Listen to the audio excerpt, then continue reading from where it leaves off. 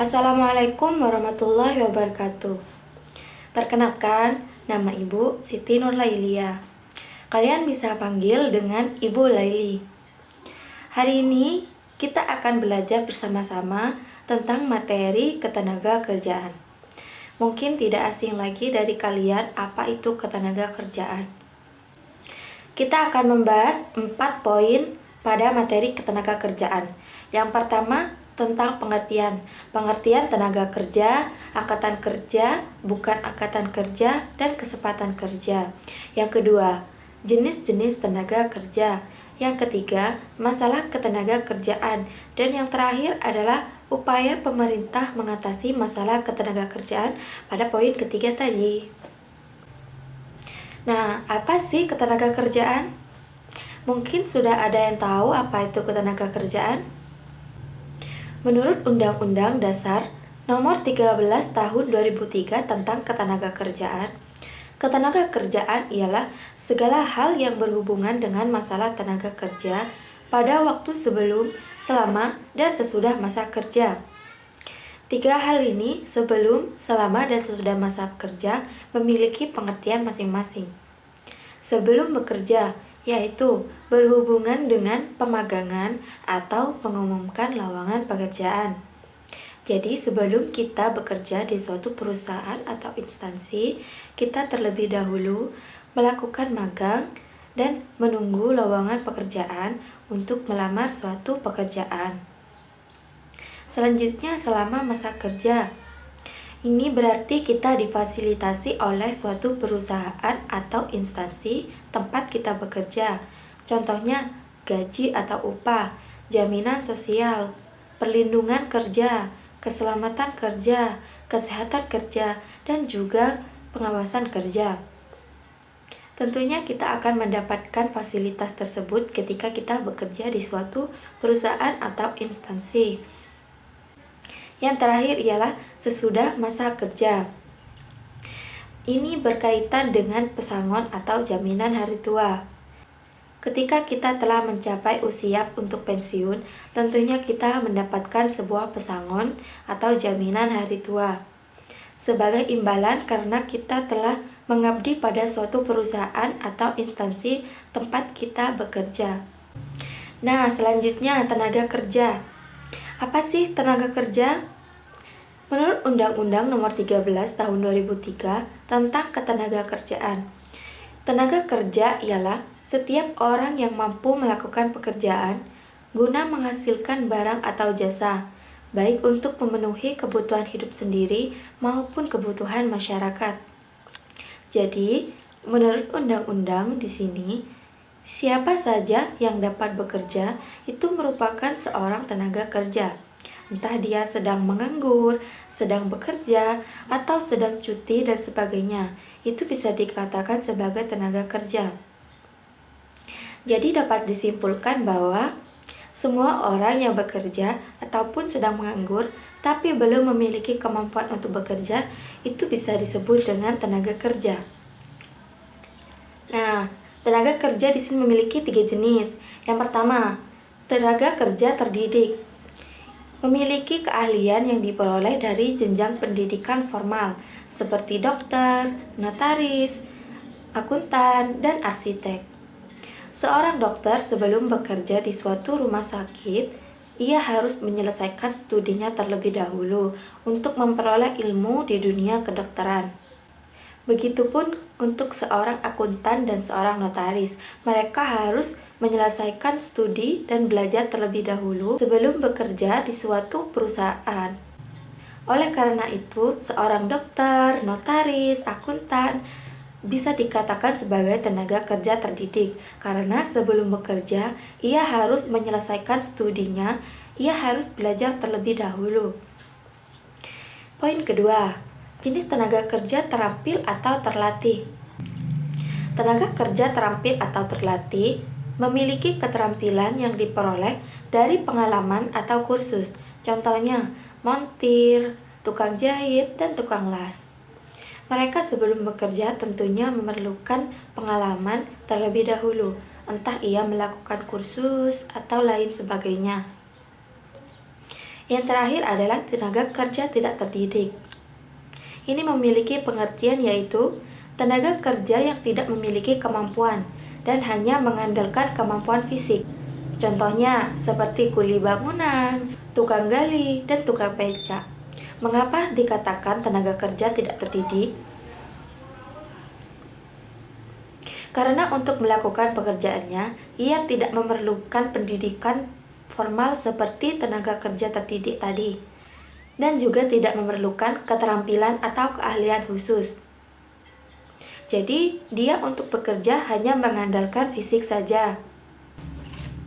Selanjutnya ialah angkatan kerja. Pengertian angkatan kerja ialah penduduk usia produktif yang berusia 15 tahun ke atas yang sudah mempunyai pekerjaan, tetapi sementara tidak bekerja maupun yang sedang aktif mencari pekerjaan. Jadi, masyarakat yang berusia 15 tahun ke atas yang aktif melakukan kegiatan ekonomi bisa disebut sebagai angkatan kerja. Jadi, masyarakat yang berusia 15 tahun ke atas yang aktif melakukan kegiatan ekonomi itu merupakan angkatan kerja, baik yang sudah bekerja, yang belum bekerja, atau yang sedang mencari kerja. Jika sudah berada di usia 15 tahun ke atas, ia merupakan angkatan kerja. Contohnya, pekerja yang cuti, pekerja yang sakit, atau dihentikan sementara dikarenakan sebab lainnya. Nah, selanjutnya ialah bukan angkatan kerja. Bukan angkatan kerja memiliki pengertian yaitu mereka yang berumur 10 tahun ke atas yang kegiatannya hanya bersekolah, mengurus rumah tangga, orang jompo, pensiunan, dan sebagainya. Bukan angkatan kerja ini tidak bisa dikatakan sebagai angkatan kerja karena memang tidak mampu melakukan kegiatan ekonomi. Karena syarat melakukan kegiatan ekonomi adalah 15 tahun ke atas, meskipun dia sudah berusia 15 tahun, tetapi tidak melakukan kegiatan ekonomi, maka tidak bisa dikatakan sebagai angkatan kerja. Seperti contohnya tadi ibu rumah tangga. Meskipun sudah berusia 15 tahun ke atas, akan tetapi ia tidak mampu melakukan kegiatan ekonomi. Itu tidak bisa dikatakan sebagai angkatan kerja. Karena ia harus mengurus rumah tangganya, harus memasak, mengurus anak-anak, mengurus rumah, dan lain sebagainya. Selanjutnya ada gambar anak kecil. Mengapa ia tidak bisa dikatakan sebagai angkatan kerja? Tentu saja karena usianya belum mencapai usia 15 tahun dan dia tidak mampu melakukan kegiatan ekonomi. Untuk selanjutnya ialah kesempatan kerja. Pengertian kesempatan kerja ialah jumlah lapangan kerja yang tersedia. Jadi, jumlah lowongan pekerjaan yang ada itu merupakan kesempatan kerja. Semakin banyak jumlah lapangan pekerjaan yang tersedia, maka semakin banyak tenaga kerja yang dipekerjakan. Nah, kita telah mencapai pada poin ketiga, yaitu masalah ketenaga kerjaan di Indonesia. Masalah ketenaga kerjaan di Indonesia yang pertama ialah rendahnya kualitas tenaga kerja. Kualitas tenaga kerja suatu negara bisa dilihat dari tingkat pendidikan negara tersebut. Di Indonesia, tenaga kerjanya masih dengan tingkat pendidikan yang rendah. Oleh karena itu, penguasaan ilmu, pengetahuan, dan teknologi juga ikut rendah. Penguasaan ilmu pengetahuan dan teknologi yang masih kurang menyebabkan rendahnya kualitas hasil produksi barang dan jasa. Masalah yang kedua ialah pengangguran. Tak asing lagi, di Indonesia pengangguran memang masih belum bisa diatasi. Saat pandemi seperti ini, banyak perusahaan yang gulung tikar atau bangkrut. Akibatnya, banyak tenaga kerja yang terkena PHK atau diberhentikan, dan membuat angka pengangguran semakin meningkat.